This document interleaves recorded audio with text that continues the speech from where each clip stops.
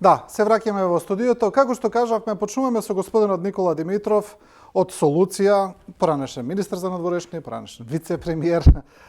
Се тоа мораме да го кажеме за контекстот, се разбира. Господине Така е. Димитров, добре дојавте во студиото. Добре ве најдов и убав ден на вашите гледачи. Гледаме една, мислам дека би било understatement, она не знам како изразот да кажеме, турбулентна глобална слика. Гледаме, ми се чини целосно пореметување на светските односи, изместување на евроатлантските политики. Гледаме сомневање во сојузништвата, гледаме неизвестна иднина, гледаме свет кој драматично се менува и она што ми се чини дека е најстрашно, не знаеме во која насока сето ова оди. Последните пораки на американскиот председател Трамп кон Европската унија, одговорот на европските сојузници, ова што се случи во овалната соба со Зеленски, сето тоа ми се чини представува една каша од каде не го гледаме крајот се уште. Мислам дека сосема сте во право со ова, да речеме, прашање вовед. Тектонски промени се. Јас мислам дека не само вие или јас како ваш гостин, туку прашање дали воопшто има човек што редовно прати, анализира или пак е чинител во меѓународните односи и светскиот поредок, кој знае што точно ќе се случува. Промените се преголеми, има голема мера на непредвидливост. Веројатно нема да претерам ако кажам дека поредокот што е воспоставен после Втората светска војна, значи добри 80 години, е раздерман до точка од која што не знаеме дали ќе обстане некако или можеби ќе се видоизмени во некоја друга форма, меѓутоа ќе останат големите столбови, како што се Светската организација, НАТО алијансата, или работите ќе одат во друг правец. И сето тоа, и нашата задача денес да разговараме за ова ја прави многу тешка, многу комплицирана и бара од мене една доза на скромност и повикување на разноразни авторитети за малку од малку да им доловиме на гледачите што се случува. Тоа што беше посебно оној диалог на кој што директно преку јавните екрани и социјалните мрежи целиот свет беше сведок на онаа размена меѓу председателот Трамп, председателот Зеленски, подпредседателот Венс во овалната соба,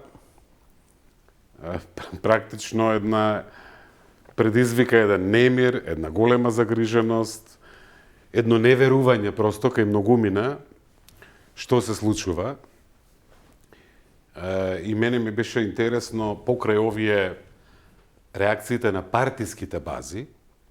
Имаме голема разлика во самата Америка како се доживеа тој настан. Од една страна републиканската база, која вели се гордеам со мојот председател, така херојски застана зад американските интереси.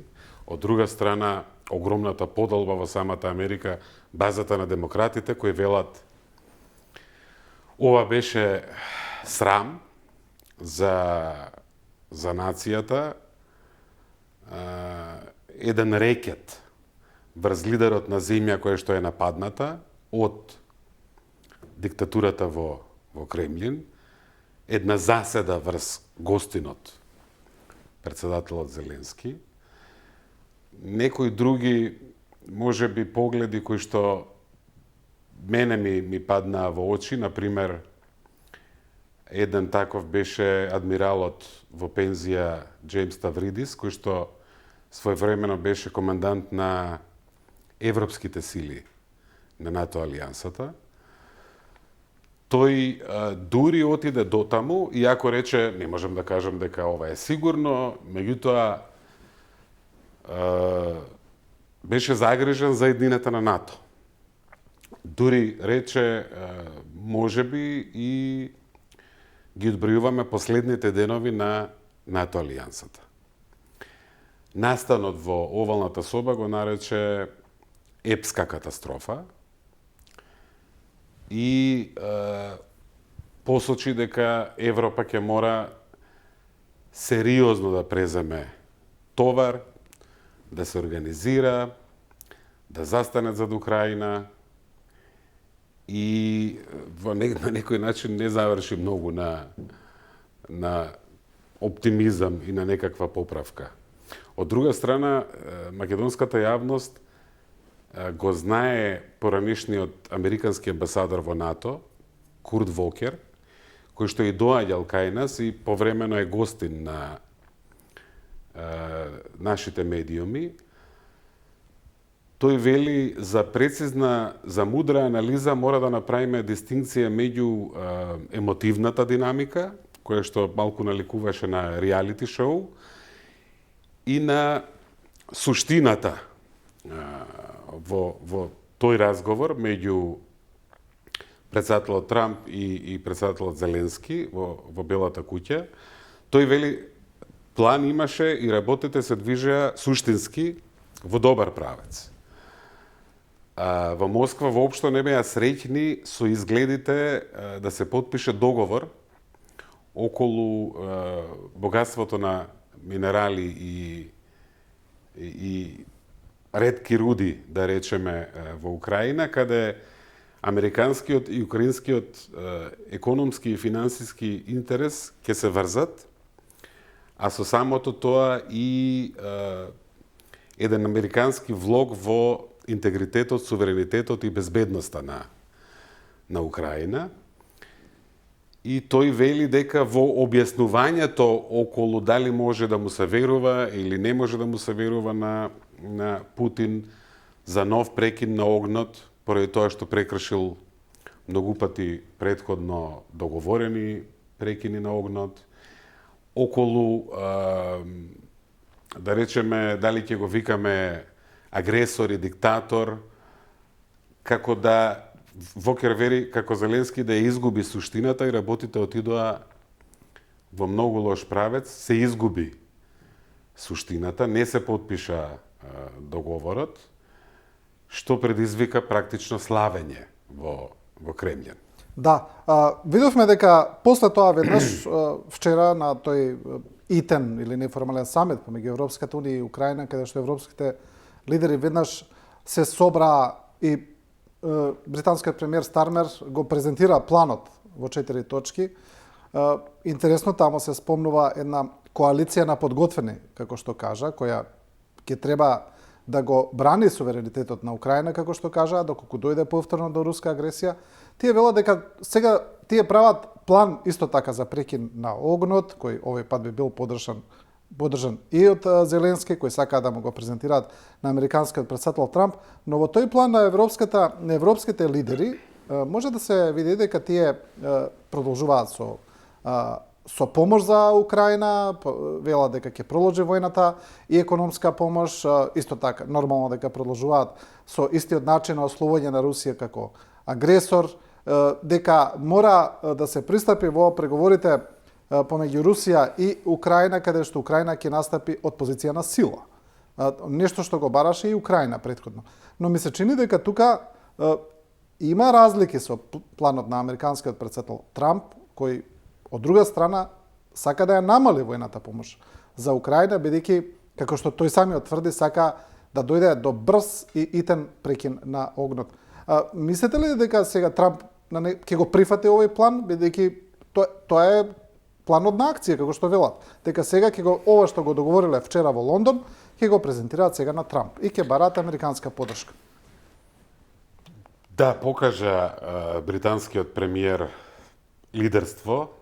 18 држави и институции беа представени во Лондон, во еден важен, голем момент со историска тежина.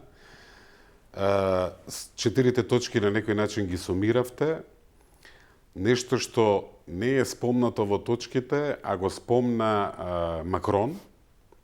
Инаку Велика Британија и Франција се именувани како земји во коалицијата на подготвени. Има најава и други, меѓутоа не се специфирани, не е спецификувано кои би биле тие други, што оштава малку простор. Значи не е до крај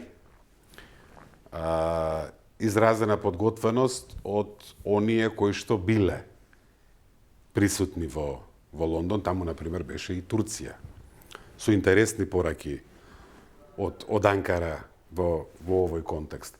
Значи, Макрон спомена и едномесечен прекин на огнот, за да се даде шанса на мировните преговори или на дипломатските напори за мир, што малку врзува со инсистирањето на Трамп за брз прекин на огнот.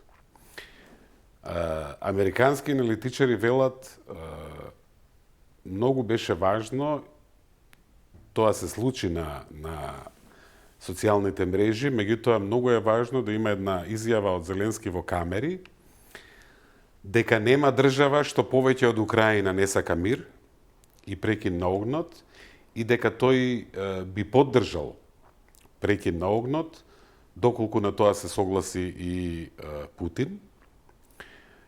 А во рамките на позиционирањето, преговорите може да ги стави своите дополнителни точки, како што е враќање на окупирани територии, почитување на суверенитетот на Украина и така натаму и така натаму. Оти велат, ако нема од Украина јас се сигнал дека би се согласила на прекин на огнот, председателот Трамп не верува дека Украина сака мир и ќе смета дека продолжувањето на воената помош практично значи продолжување на војната.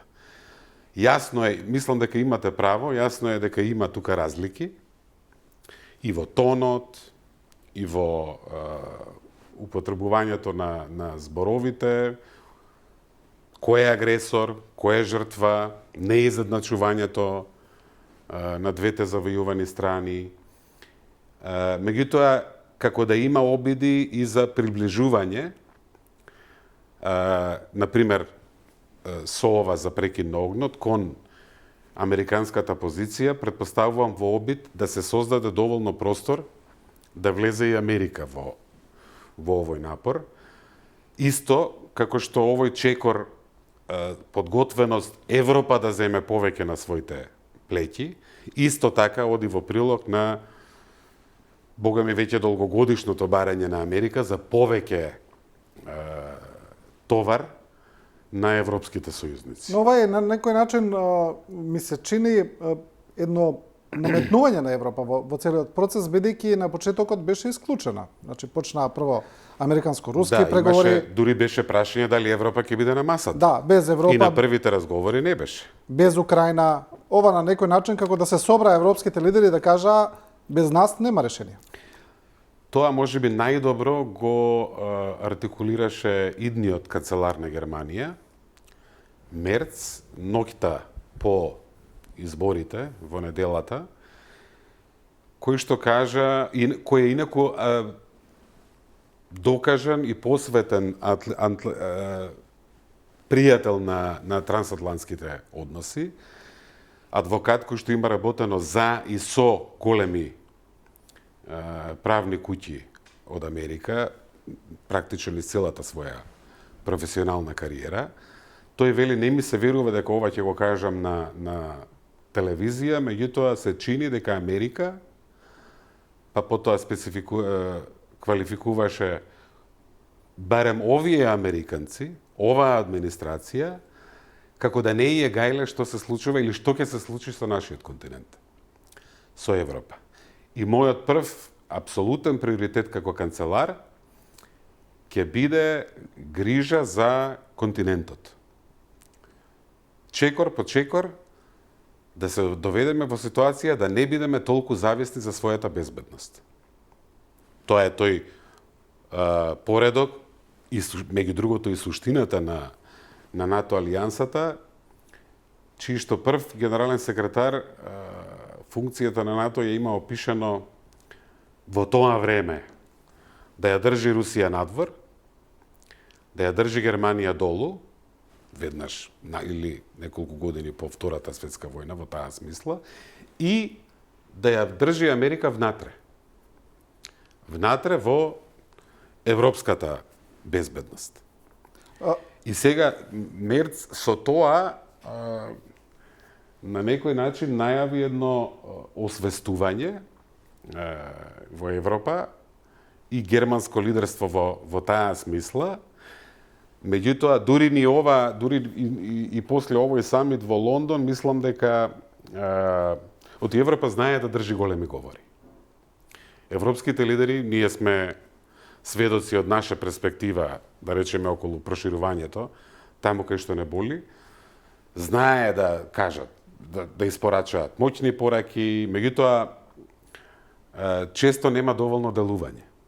Останува само на пораки. И ако нема сериозна инвестиција сега, одбранбена, финансиска кон Украина, ако нема сериозно и долгорочно инвестирање во одбранбениот систем на континентот и обезбедување целосна интероперабилност за да функционира како една, да речеме, европска армија, тоа што НАТО долго време го работи, тогаш нема да може со овие големи зборови да се поправат работите. Европа, за да биде фактор, мора да направи тешки одлуки.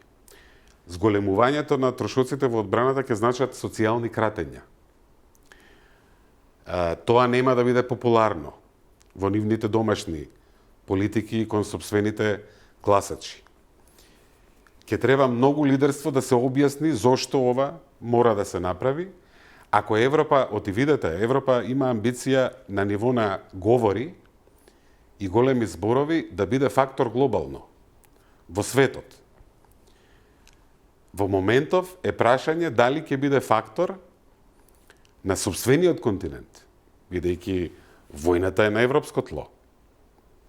Така што еден голем скок од зборови кон дела ќе треба да се случат во услови кога и покрај обединетост на мнозинството европски држави има и земји членки на Унијата кои што јасно штрчат и тераат други политики, например Унгарија. И Словачка сега. Словачка, ќе видиме Италија, уште не е сосема јасно, таа сака да биде еден вид со зборовите на Мелони мост меѓу Европа и поради односите со администрацијата на Трамп. Значи, од друга страна, крајната десница и екстремите им дишат зад врат и на европските лидери. Секој петти германец гласаше за алтернативата за Германија, за АФД. Во Австрија победи екстремната десница. Па сега има влада од 3 партии, голема коалиција, која што ќе го држи курсот, што веќе е еден вид континуитет во Австрија. Исто и во Холандија. Што се случува исто и во Холандија, што се случува со Макрон и Франција? Со проблемите околу буџетот, со една политичка неизвестност што ќе биде на следните избори. Значи, ситуацијата не е дека имаме еден огромен политички легитимитет за еден таков голем скок, каков што на Европа и треба. И затоа се во ова го прави многу неизвестно одговорот што ќе го испорача вистински Европа. Да, еве, доколку ги земеме другите пораки кои се однесуваат на ова, една е на генералниот секретар на НАТО Столтенберг, кој отприлика рече нешто, ако прекиневме да whining, тоа е кукање, вајда, ако прекинеме Кукање. Ако прекиневме со кукање, добро е да се свестиме, Европа треба да почне да работи на својата безбедност. Или на полскиот председател Туск, кој рече, вели, знаете што е апсурдно во ситуацијата? Ние, вели, 500 милиони европејци бараме од 380 милиони американци да не бранат од 140 милиони руси. и вели, навистина е абсурдно, треба сами да се грижиме за својата одбрана, сака да каже, можеме, имаме капацитети, треба тоа да го направиме. Но сега тука се, освен капацитетот на Европската Унија, дали може, дали се способни, дали можат, иако ова не е нова приказна, со децении се зборува за создавање на некоја европска армија, европска одбрана и така натаму, прашањето е што ќе значи тоа за НАТО? Бидејќи доколку Европа создаде некаква, да речеме, ајде нова одбранбена организација, која каде што би членувале земји кои не се во НАТО, некои можеби или не, или не знам, или таа е независна од НАТО, или дали ќе биде во рамките на НАТО, навистина е нејасно. Доколку Европа созда некаква своја одбрана, тогаш што е НАТО? Што би била суштината на постоењето на НАТО доколку американците се иземат од целата таа работа? Веројатно, првата цел ќе биде да се зајакне европската димензија на НАТО. Затоа што во огромно мнозинство на европските земји членки на Алијансата и во изјавите, посебно овие денови, се чувствува потребата да направиме се партнерството, трансатлантските односи да останат. Америка да биде со нас. И во таа смисла, инвестирањето, изголемувањето, ставањето акцент на европската димензија на НАТО ќе биде аргумент кој што адресира едно прашање што долго време американски лидери, дури и демократите, го упатуваат како порака кон европскиот континент, дека треба да поголем дел од товарот да земат. Како тоа ќе излезе, јас мислам дека во овој момент веројатно е прерано да се предвиди, неблагодарно ќе биде да се прогнозира. НАТО е толку голем столб на светската безбедност, како одбранбена алијанса, што за оние од нас кои многу долго време се бават со надворешни работи, со меѓународни односи, со светскиот поредок, просто е незамисливо да се замисли светот без тој најголемиот столб. И јас ќе потсетам на, ми се чини дека беше со британскиот премиер, исто вака, со многу медиуми во овалната соба, една сосем друга, многу по, како да кажам, атмосфера со ентузијазам, ќе формулирам.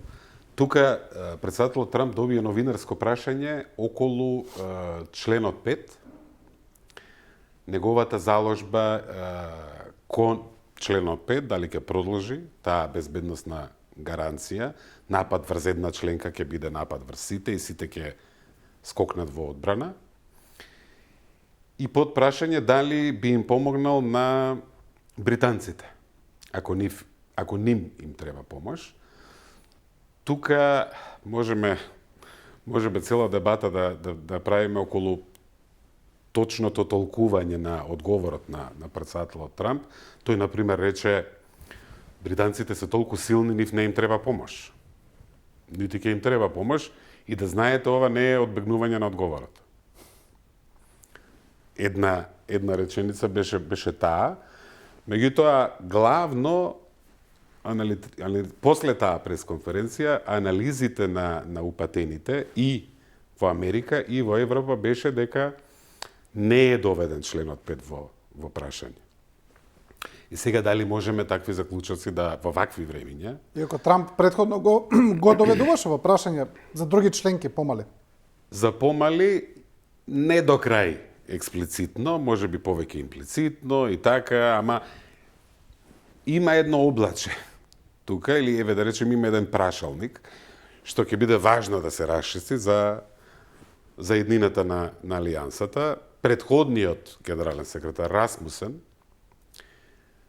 имаше баш еден директен повик дека Европа нема веќе еден ден време за губење, да засука ракави, да почне да чекори кон целосно превземање на одговорноста за сопствената безбедност.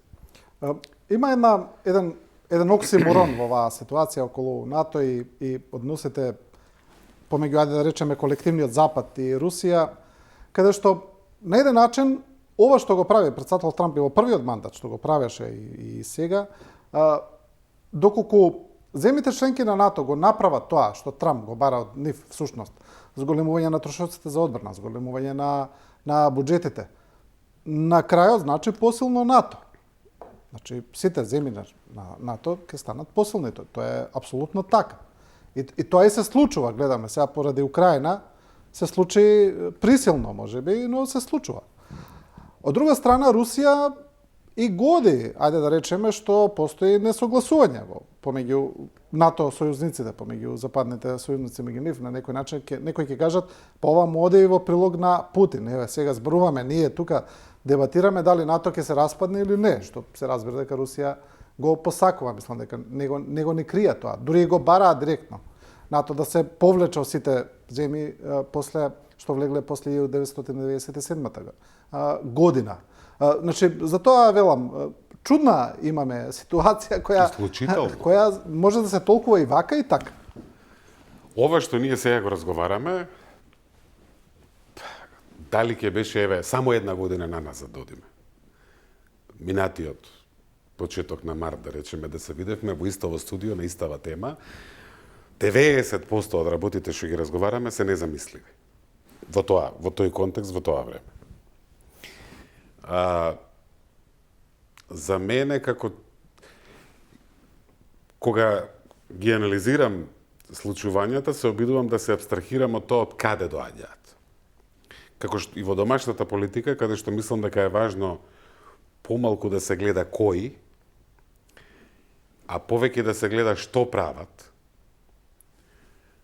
за да нема тука пристрасности, некакви лојалности, партиски или поинакви. Така мислам дека и во меѓународните односи е важно за момент заради анализата, заради здравието на анализата да ги покриеме буквите на државите. Што доаѓа од едната страна, што доаѓа од другата страна, некако во најлошата варијанта како да доживуваме еден распад е силен збор, ама едно многу очебино разнишување на Западот. Барем за нас се отпишавме од Истокот, или барем од неврзаните со поранешната федерација, и долго време работиме да се запишеме кај Западот. И во однос на НАТО, и во однос на Европската Унија. Меѓу главните мотиви, покрај подобар живот, подобар стандард, економските и така, се асоциацијата дека Западот значи ред, закон еднаков за сите, поделба на власта, на извршна, законодавна и судска, слободни медиуми, лични слободи и права и обврски на граѓаните. И сега, ако некој од потезите реално тешко можеме да ги објасниме во контекстот на овие вредности, нели, во многу од говорите на западните лидери имаме заеднички вредности, нашите интереси се нашите вредности. Ако ја избришеме оваа вредноста асоциација од Западот, што ќе остане тогаш? Ќе остане една од страните на светот. И која ќе биде разликата меѓу Западот и Истокот? И во таа смисла, може би е само разнишување, јас искрено се надевам дека е само разнишување, ама ако победат оние сили кои што се чини дека не баш им е важна поделбата на власта,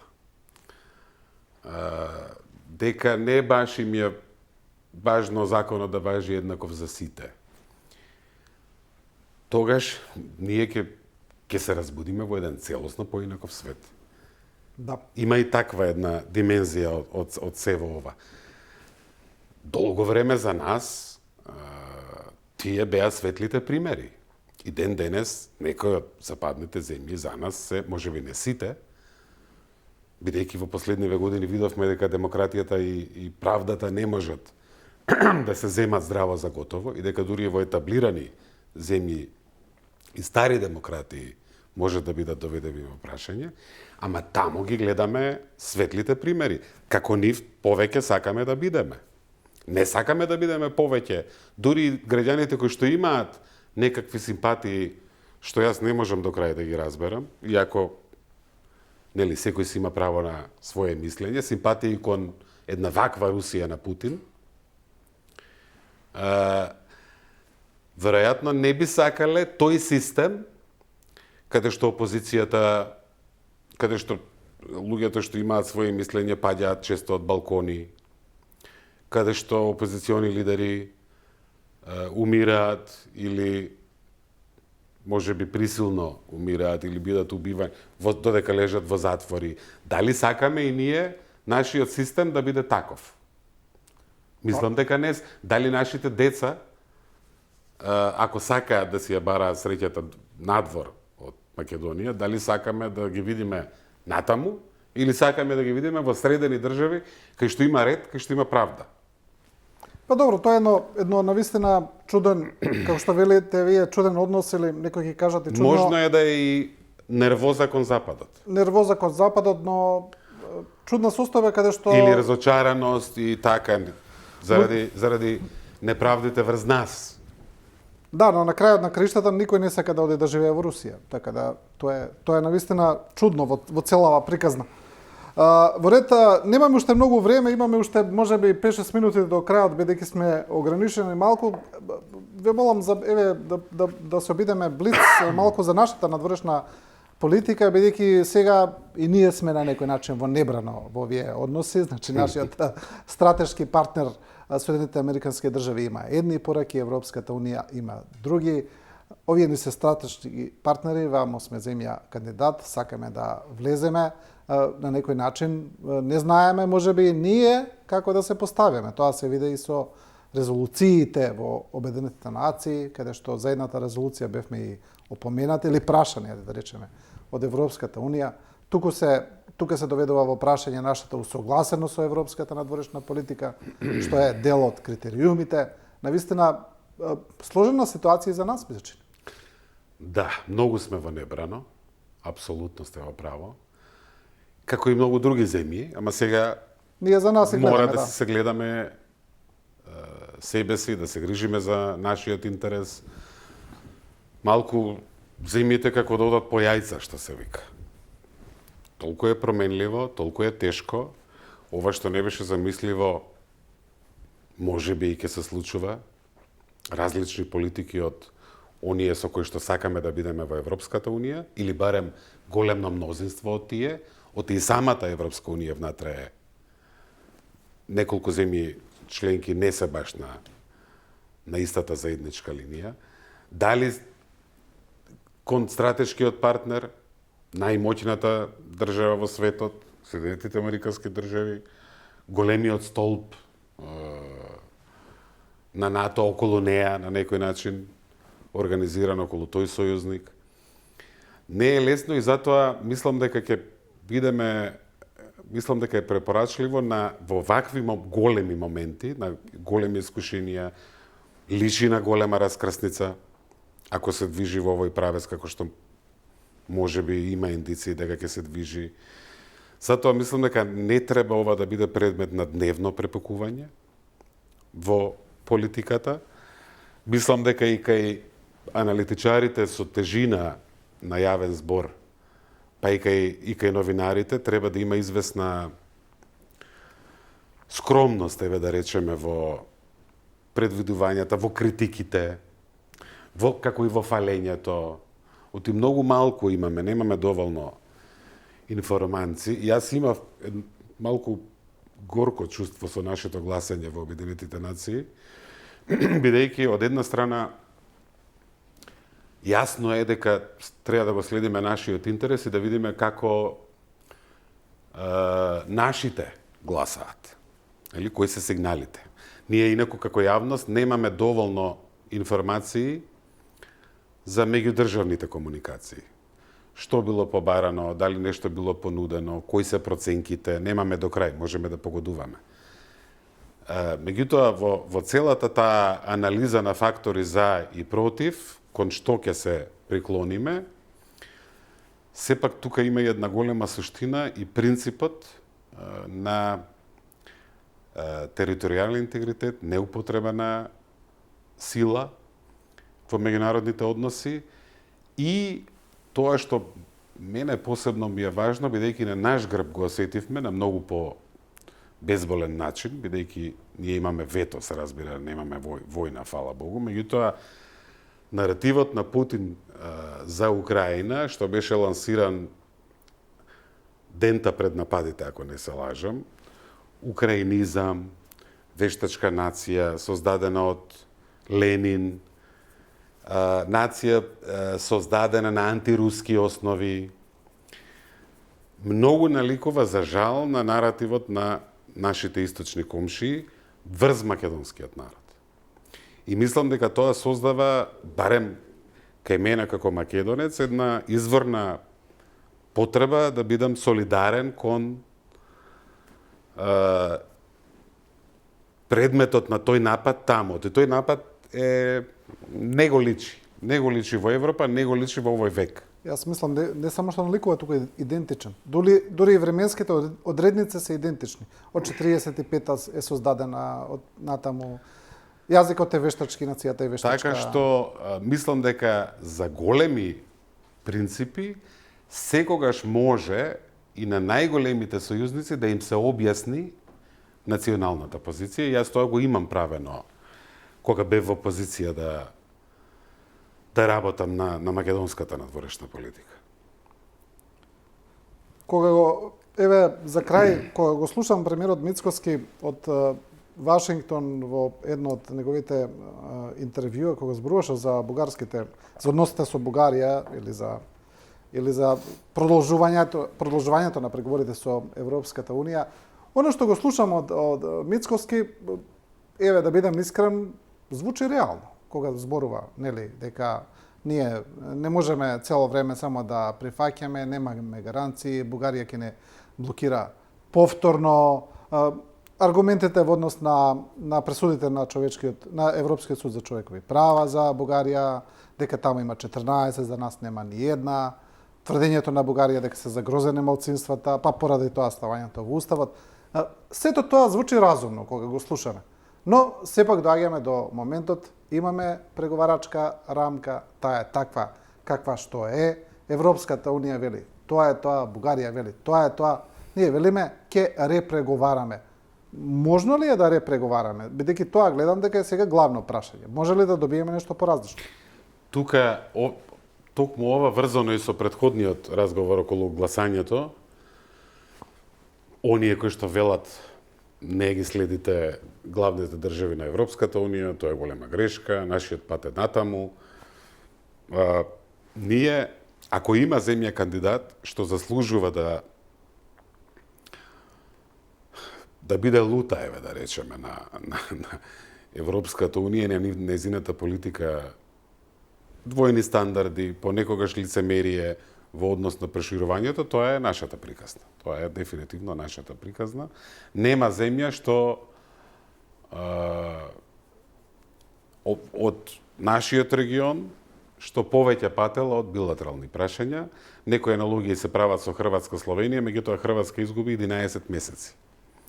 Ние изгубивме 14 години околу спорот со името и сега веќе колку се насобраа со Бугарија, практично од 2001 година беше година и пол Франција, со Бугарија сме веќе 5 години, веројатно полни, блокирањето. Јас заради една работа што ја работам, деновиве ги читав сите документи на пакетот. Вториот протокол, договорот за пријателство, понудената преговарачка рамка, заедничката позиција на ЕУ. И овие денови бев во Виена, каде со представници на 9 земји членки разговаравме за начинот на одлучување во проширувањето, односно како да се намалат точките каде што може да се стави вето и како да се направи проширувањето поизгледно и попредвидливо како процес, како билатерални прашања што не можат да се доведат во врска со копенхашките критериуми, да не може да бидат толку големи пречки. Тоа беше темата во Виена. Многу ни е комплицирана состојбата и би било грев да ја редуцираме на партиско-политичките препукувања. Јас како и тогаш и денес мислам дека беше голема грешка што се согласивме на пакет кој што неверојатно во огромна мера билатерализира процес што нам ни треба за демократски и економски реформи. И ако судиме по последната изјава на бугарскиот министар за надворешни од Минхен и соопштението што е на нивниот сајт, тој вели амандманите се само првиот чекор, бугарската позиција е кристално јасна и конзистентна, има таму уште многу мерки што треба да се спроведат, за да може да се чекори во пристапниот процес. Ако го отворите вториот билатерален протокол кој што има подглави мерки што треба да се спроведат до втората меѓувладина, мерки што треба да се спроведат по втората меѓувладина за да се отвори првиот кластер. И ние мораме да најдеме начин, особено со оглед на искуството после Преспа, каде немаше испорачано.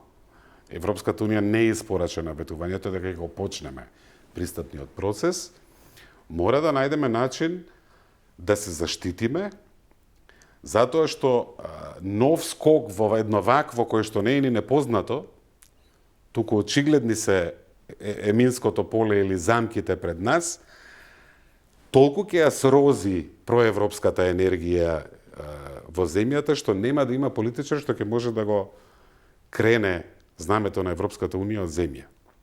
И затоа мора, колку и да е тоа невозможно, има земји членки што го детектираат тоа. Имаше сега интересни пораки од известувачот за Македонија од Европскиот парламент, од австриските Зелени Вајц, кој што кажа, видете, уставни амандмани, да, ама се разбери дека ќе ви требаат гаранции, дека тоа ќе биде последното билатерално прашање во пристапниот процес. Така што, исклучително е тешко, ама заради тоа што мораме да најдеме начин и не мислам дека е невозможно, како нашите чекори да ги правиме на таков начин што од другата страна исто ќе ја обрземе да игра во добра вера и да влезе поконструктивно во процесот. Оти, ако вака продолжиме, македонско-бугарските односи мислам дека нема да има човек што ќе може да ги оправи и сега се отруени од ова 5-годишно вето и од таа официјална навреда дека македонскиот јазик не бил јазик. Да. Малку бевме можеби подолги, да им се извинам на гледачите, можеби и вас. Не. Сакам да бидам поконцизен, ама таква е ситуацијата, тешки се прашањата. Тешка Сака од сите страни. Неколку пати го кажавте тоа, го потенциравте, навистина е тешка, навистина е комплицирана, ајде да речеме, ситуацијата, ќе треба доста знаење и мудрост како да се навигира низ овие води. И убаво би било малку да покажеме и заедништво. Дома. Да не бидеме ВМРО, ДПМН е вака, другите коалициони партнери малку поинаку, опозицијата многу поинаку, СДСМ, ДУИ и така. Малку повеќе заедништво ни треба. Важно е да научиме да бидеме заедно во тешки моменти. Сега особено со глобалниве случувања, а и во однос на Бугарија ќе направиме подобро и невозможното можеби ќе го направиме повозможно ако сме заедно. Да. Господин Димитров, ви благодарам за ова интервју. Благодарам на поканата. Со ова го завршуваме првиот дел. Останете со нас, одиме со една кратка пауза за реклами и продолжуваме со Даниела Алексовска, европски шампион во мешани боречки вештини.